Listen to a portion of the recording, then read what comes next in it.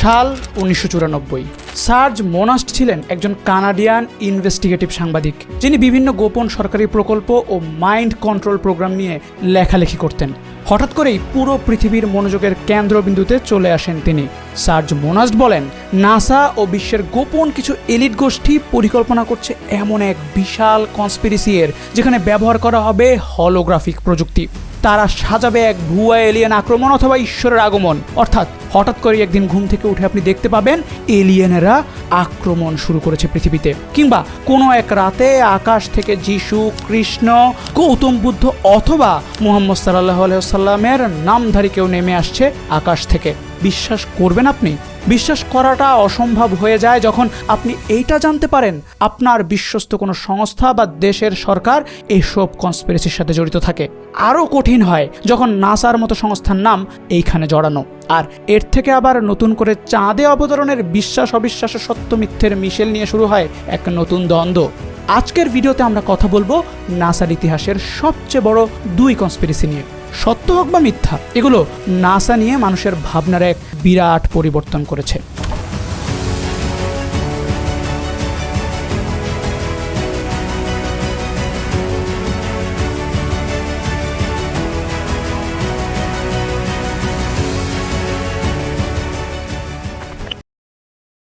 Canadian সাংবাদিক surge মোনাস্ট যেই কনস্পিরেসির কথা বলেছেন তার নাম দেয়া হয় প্রজেক্ট ব্লুবিম। তিনি প্রজেক্ট ব্লুবিম নিয়ে বইও লেখেন, লেকচার দেন, আর হঠাৎ করেই 1996 সালে মারা যান। মাত্র 51 বছর বয়সেই। তার মৃত্যুকে ঘিরে রহস্য এখনো ঘনীভূত।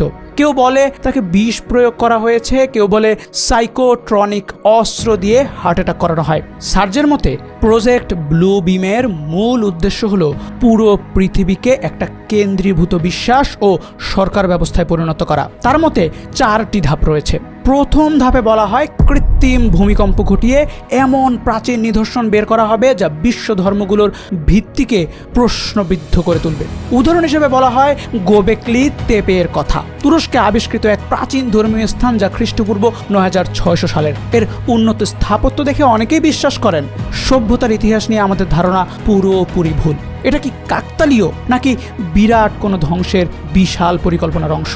দ্বিতীয় ধাপ, বিশ্বব্যাপী একযোগে আকাশে প্রদর্শিত হবে হলোগ্রাফিক ঈশ্বর, নবী অথবা এলিয়েনশিপ। উদ্দেশ্য হলো মানুষের বিশ্বাসকে একত্রিত করা বা ভেঙে ফেলা। 2024 সালের ডিসেম্বরে অস্ট্রেলিয়ার ডারউইন ওয়াটারফ্রন্টে এমনই এক শো হয়েছিল, যেখানে দেখানো হয় চোখ ধাঁধানো আলোর খেলা, আগুন আর জল একসাথে মিশে তৈরি হয় এক ভয়ঙ্কর দৃশ্য। কিন্তু প্রশ্ন হলো, এ কি শুধুই বিনোদন নাকি বিশ্বব্যাপী মানসিক প্রস্তুতির অংশ?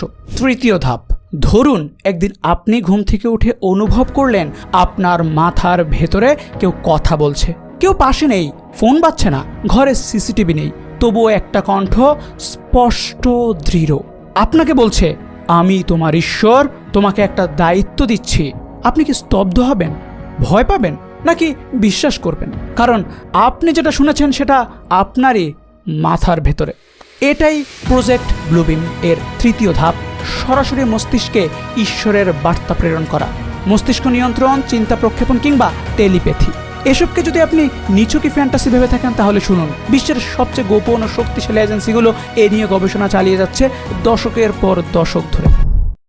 1978 সালে শুরু হয়েছিল যুক্তরাষ্ট্রের CIA, DIA ও সেনাবাহিনীর এক যৌথ গোপন প্রোগ্রাম, নাম প্রজেক্ট স্টারগেট। মূল উদ্দেশ্য ছিল রিমোট ভিউইং, মানে চোখে না দেখে পৃথিবীর যেই কোনো জায়গার দৃশ্য কল্পনার মাধ্যমে দেখে ফেলা। আরেকটা উদ্দেশ্য সাইকিক স্পিওনেজ বা মনোশক্তি দিয়ে শত্রু রাষ্ট্রের তথ্য জেনে ফেলা।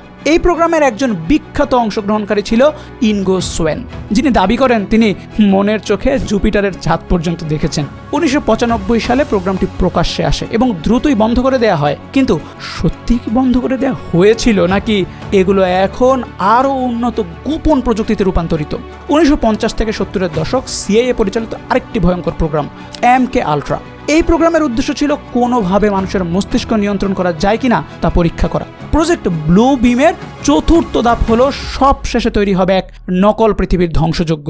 এমন সংকট তৈরি করা হবে যাতে মানুষ একটা কেন্দ্রীভূত বিশ্ব সরকারের আইডিয়ার দিকে ধাবিত হয়। কোভিড-19 মহামারীর সময় কি হয়েছিল মনে আছে? বিশ্বব্যাপী লকডাউন, নজরদারি, মিডিয়া ভীতি ছড়ানো, অ্যাপের মাধ্যমে নাগরিকদের ট্র্যাক করা, সব কিছু যেন ছিল এক সিমুলেশনের মতো, যেন কেউ পুরো পৃথিবীকে একটা নিয়ন্ত্রিত বাস্তবতায় ফেলেছে।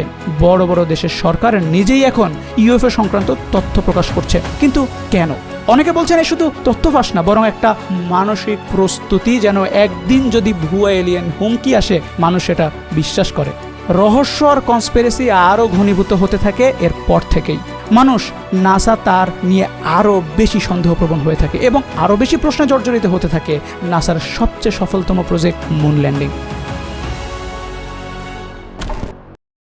জুলাই 1969, কোটি কোটি মানুষ তাকিয়ে আছে টেলিভিশনের দিকে। মুহূর্তটা শ্বাসরুদ্ধ। নেইল আর্মস্ট্রং পা রাখছেন চাঁদের বুকে, কণ্ঠে ভেসে আসে, that's one small step for a man, one giant leap for mankind. এই দৃশ্যকে বলা হয় ইতিহাসের সবচেয়ে বড় প্রযুক্তিগত সাফল্য। কিন্তু ইতিহাস কি সবসময় সত্য দিয়ে লেখা হয়, নাকি অনেক সময় সাজানো হয়? নাসার ছবিগুলো ঘেটে কিছু মানুষ দেখে ছায়া পড়ছে ভিন্ন ভিন্ন দিকে, অথচ চাঁদের একমাত্র আলোর উৎস তো সূর্য। ছায়াগুলোর তীর্যকতা দেখে অনেকেই সন্দেহ করে এটা কি তবে স্টুডিও লাইটিং? ঠিক তার কিছু আগে মুক্তি পায় স্ট্যানলি কিউব্রিকের সিনেমা 2001 এ স্পেস অডিসি, যার মহাকাশ দৃশ্য ছিল অবিশ্বাস্য রকম বাস্তব। গুজব ছড়ায় নাসা কি কিউব্রিকের সাহায্যে সেট বানিয়ে পুরো ঘটনায় শ্যুট করেছিল? আরেকটা প্রশ্ন, যাদের ভিন্ন গ্রাভিটিকে এমন ঝকঝকে স্থির ফুটেজ 1969 সালে সম্ভব ছিল কি? ফুটেজে দেখা যায় পতাকা কাঁপছে, কিন্তু চাঁদে তো বাতাসই নেই। নাসা বলে পতাকার ধাতব রড ছিল, সেটাই কেঁপেছে। কিন্তু এই ব্যাখ্যাগুলো কি যথেষ্ট? প্রশ্ন জাগে, আমরা কি সত্যিই চাঁদে গিয়েছিলাম, নাকি সেটা ছিল সবচেয়ে বড় মহাকাশ নাটক?